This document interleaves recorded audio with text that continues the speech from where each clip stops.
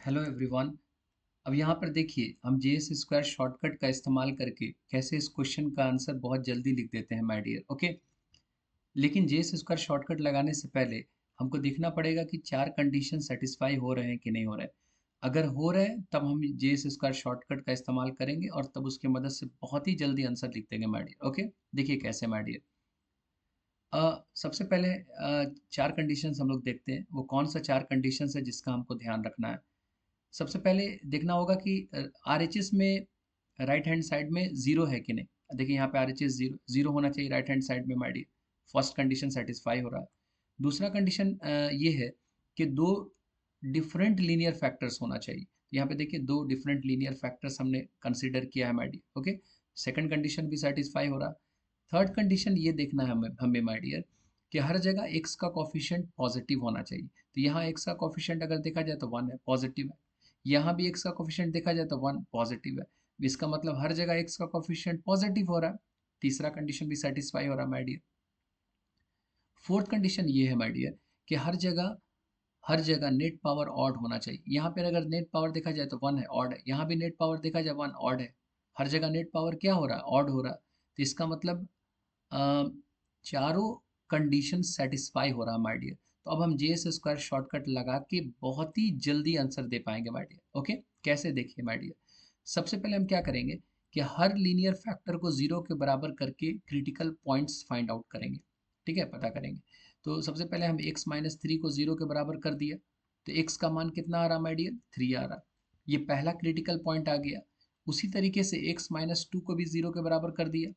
तो x का मान क्या आ गया, टू आ गया। ये दूसरा क्रिटिकल पॉइंट आ गया माय डियर। तो दो क्रिटिकल पॉइंट्स आएगा। अब अगर ये दो क्रिटिकल पॉइंट्स में अगर देखा जाए तो ये वाला जो क्रिटिकल पॉइंट है, ये दोनों में अगर कंपैरिजन किया जाए, तुलना किया जाए माय डियर, तो ये वाला क्या हो जाएगा, बड़ा हो जाएगा। ओके ना, और ये वाला क्या हो जाएगा माय डियर, छोटा हो जाएगा। ओके ना। तो ये बड़ा क्रिटिकल पॉइंट है, ये छोटा क्रिटिकल पॉइंट है। तो अब आंसर कैसे लिखेंगे माय डियर। कभी भी अगर हमको आंसर लिखना होगा ग्रेटर देन के लिए माय डियर, ठीक है ना, तो हम आंसर ऐसे लिखेंगे, बड़ा से बड़ा, बड़ा से बड़ा, या छोटा से छोटा, छोटा से छोटा। ओके ना, देखिए कैसे हम लोग लिखेंगे आंसर माय डियर।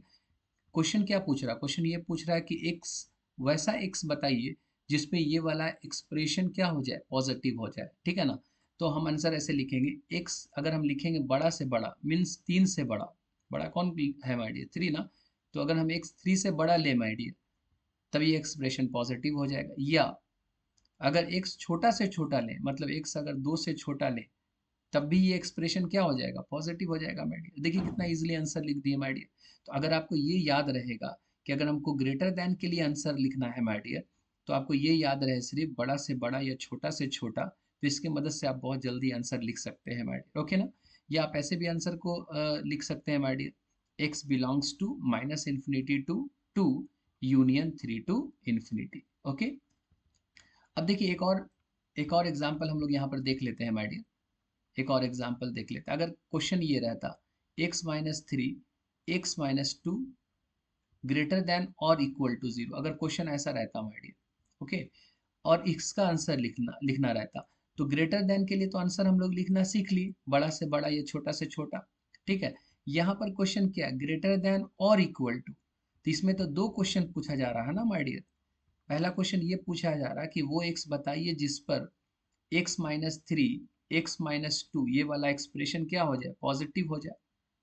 ठीक है, या वो एक्स अगर है जिसपे ये एक्सप्रेशन जीरो हो जाए, वो एक्स अगर है तो वो भी बताइए। दो क्वेश्चंस पूछा जा रहा माय डियर। तो इस क्वेश्चन का तो जवाब हमने लिखा है यहाँ पर। तो इस क्वेश्चन का जवाब हमको फाइंड आउट करेंगे माय डियर, खोजेंगे ये इसका, इस क्वेश्चन का जवाब माय डियर। ठीक है, उसका जो आंसर आएगा तो उसको इस आंसर में ऐड कर देंगे, तो इसका फाइनल आंसर हो जाएगा। ठीक है ना। तो देखिए, आप बताइए, आप ही बताइए वो कौन ऐसा एक्स है जिसमें ये एक्सप्रेशन जीरो के बराबर होता है। तो अगर थ्री लेंगे तब भी ये एक्सप्रेशन जीरो होगा, टू लेंगे तब भी ये एक्सप्रेशन जीरो होगा। तो इसका मतलब अगर ये वाले आंसर में टू एंड थ्री, ये अगर दोनों ऐड कर दिया जाए माय डियर, तो वो आंसर किसका हो जाएगा, ये वाले क्वेश्चन का हो जाएगा। ठीक है, तो आंसर बताइए क्या होगा माय डियर। तो आंसर यहाँ पर हो जाएगा x ग्रेटर देन और इक्वल टू 3 और x लेसर देन और इक्वल टू 2। या हम इसको ऐसे भी लिख सकते हैं, x belongs to minus infinity to 2 union 3 to infinity. इस तरह से माय डियर, समझ गया ना। कहने का मतलब माय डियर, कभी भी इस तरह का क्वेश्चन आएगा, ठीक है ना, ग्रेटर देन के लिए आंसर अगर लिखना होगा तो आप सिर्फ ये याद रखिए, बड़ा से बड़ा या छोटा से छोटा, इसकी मदद से आप इस तरह के क्वेश्चन का आंसर बहुत ही जल्दी लिख सकते हैं माय डियर। ओके ना। बस ये ध्यान रखना है कि ये वाला अगर ग्रेटर देन के लिए आंसर अगर लिखना है तो सिर्फ ये लिखेंगे, बड़ा से बड़ा या छोटा से छोटा। और ग्रेटर देन और इक्वल टू के लिए अगर लिखना है माय डियर, ओके ना, तो यहाँ पर आपको इक्वल का साइन यहाँ भी लगाना होगा और यहाँ भी लगाना होगा।